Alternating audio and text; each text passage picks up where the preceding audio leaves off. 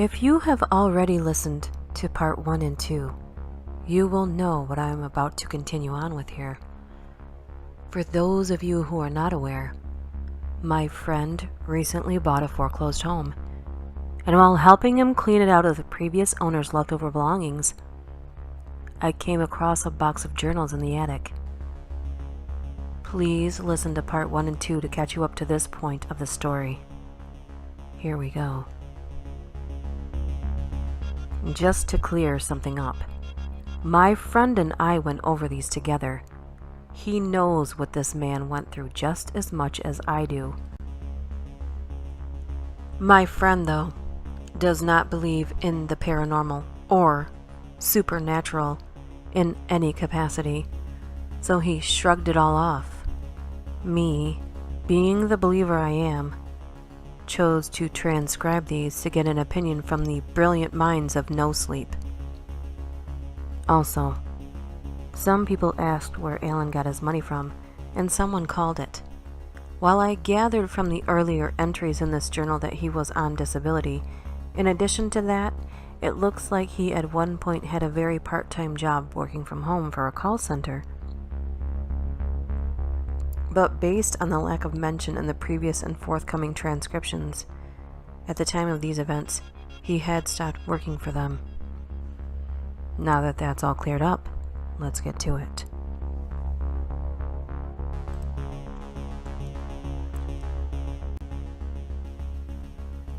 July 25th, 2013. My feet feel like they weigh 100 pounds each.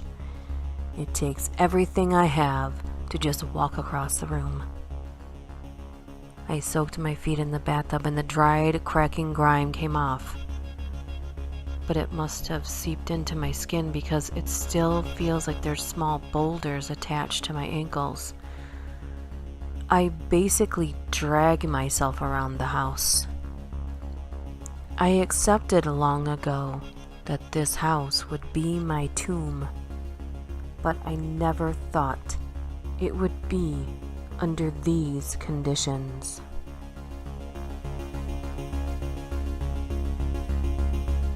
Whenever I move about in my house, the thing in the attic follows me from up above. I can hear the creaking of the floorboards follow me wherever I go. This is the first time I've ever wanted him to appear, so I can try to speak to him. I have to find out what it wants.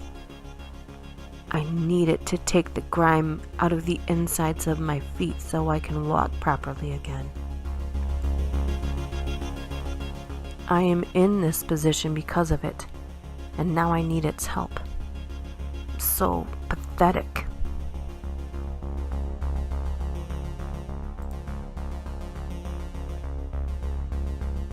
July 27th, 2013. He finally showed up, and I was happy. I can't believe it, but I was actually happy. He slowly entered my living room from around the corner of the hallway. He dripped black grime as the odor of rotting. Everything permeated the air, filling the space between my walls and ceiling and floor with a nauseating stench that threatened to further empty my already empty stomach. I forgot if I wrote that down. I don't really eat anymore. Getting to the kitchen is too arduous of a process. When I do, I bring out a few days worth of food so I can just stay in the living room. I have a bucket I use for relieving myself that I empty into the toilet twice a week. I'm off topic though. I gagged as he turned the corner. He leaves a trail of black sludge wherever he goes. It's disgusting. But anyways, he walked into the living room, and after I calmed down my hyperventilation, I managed to squeak out some things that passed for words. I asked him what he wanted with me. His response was simple. He just said he was hungry and that I feed him well. I don't know what to make of this because he's never tried to eat me. Then I asked what happened to the rest of the things like him that were terrorizing me months earlier. He said something along the lines of, "You are mine, not theirs. Now they go." I sat there not knowing how to respond. All of a sudden, from his foot began a puddle of the black sludge that coated his body underneath his clothes. The puddle got bigger and bigger until it reached my feet, and then bubbled up before bursting and getting all over me. My face, in my mouth, all over my clothes. Then he simply turned around and walked away, leaving his mess behind him. Since then, every hour or so, I've been vomiting this black sludge. I don't know where in my body it's coming from, but it's there. Trust me, it's there.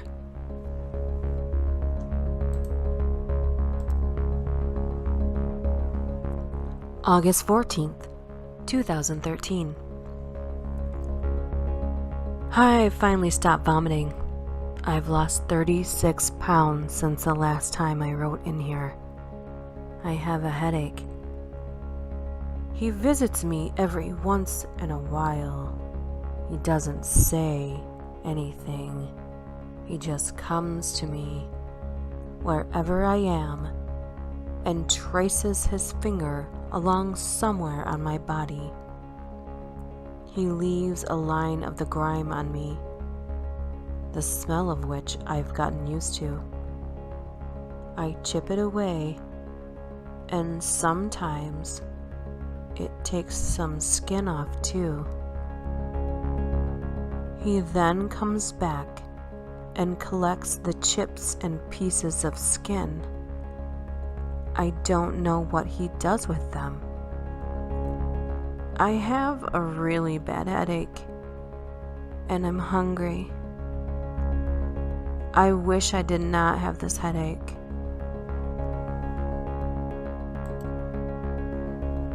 September 1st, 2013. I have lost all of the skin on my left arm and hand up to the elbow. He's been leaving a much wider line of grime on me that adheres to my skin, and each piece that chips off pretty much takes the skin beneath it with it. My left arm is a mess. I've never quite seen that hue of pink before. I asked him what he was doing with all of it, and he ignored me. I'm getting tired of this. I think it's time to go outside.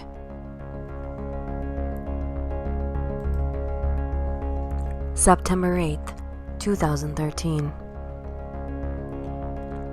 I don't know why I forgot what happened the last time I tried to go outside after standing at my front door for 3 hours. I finally got up the nerve to leave. I swore I was going to do it. I couldn't live like this anymore.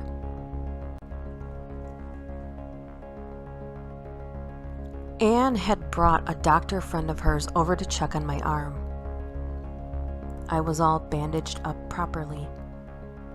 They tried telling me I had to go to a psychiatric hospital, and I would have. Were I actually a crazy person? They didn't know what I was dealing with. They didn't see the grime that I spent 6 to 8 hours a day cleaning up from his previous visit. They don't have to deal with the smell. I use 4 cans of Febreze a day covering. My sister thought I was crazy for needing that much Febreze. She's the crazy one. But I digress. I opened my door, fully prepared to leave. I think. But there he was. He pushed the door open, knocking me to the ground behind it. He then loomed over me. He told me I had to stop seeing my sister, or he would send his friends to her. As mad as I was at Anne, I wouldn't do anything to put her in harm's way. Then, as punishment, he traced a line across my forehead. Pretty much covered my whole forehead in the grime. I had a small panic attack as he left. I closed the door behind me. All my confidence flew away in the outside wind.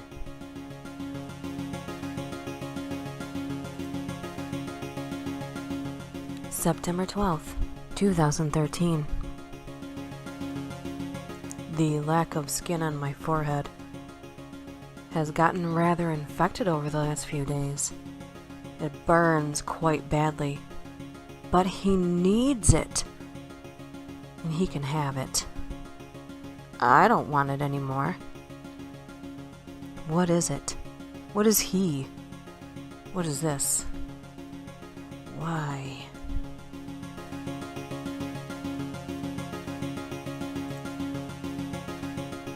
October 1st, 2013. My entire upper body is skinless. My face, my torso, my arms and hands. I am in constant pain every day. I can't continue this. He wins. Give up. That's what I told him. He said we will be ending everything tonight. He told me it will be quick. That's all I ask. This life is not for me anymore. I've kept myself in prison for so long. And I don't care to be like this anymore. I'm done being haunted. I hope no one has to ever go through this. To the poor soul that lives in this house after me, good luck. To Anne, I'm sorry I could never show you what's been haunting me for so long. I wish he would have slipped up even once covering his tracks. To Mary, thank you for your help. I made it much longer than I would have without you. Goodbye.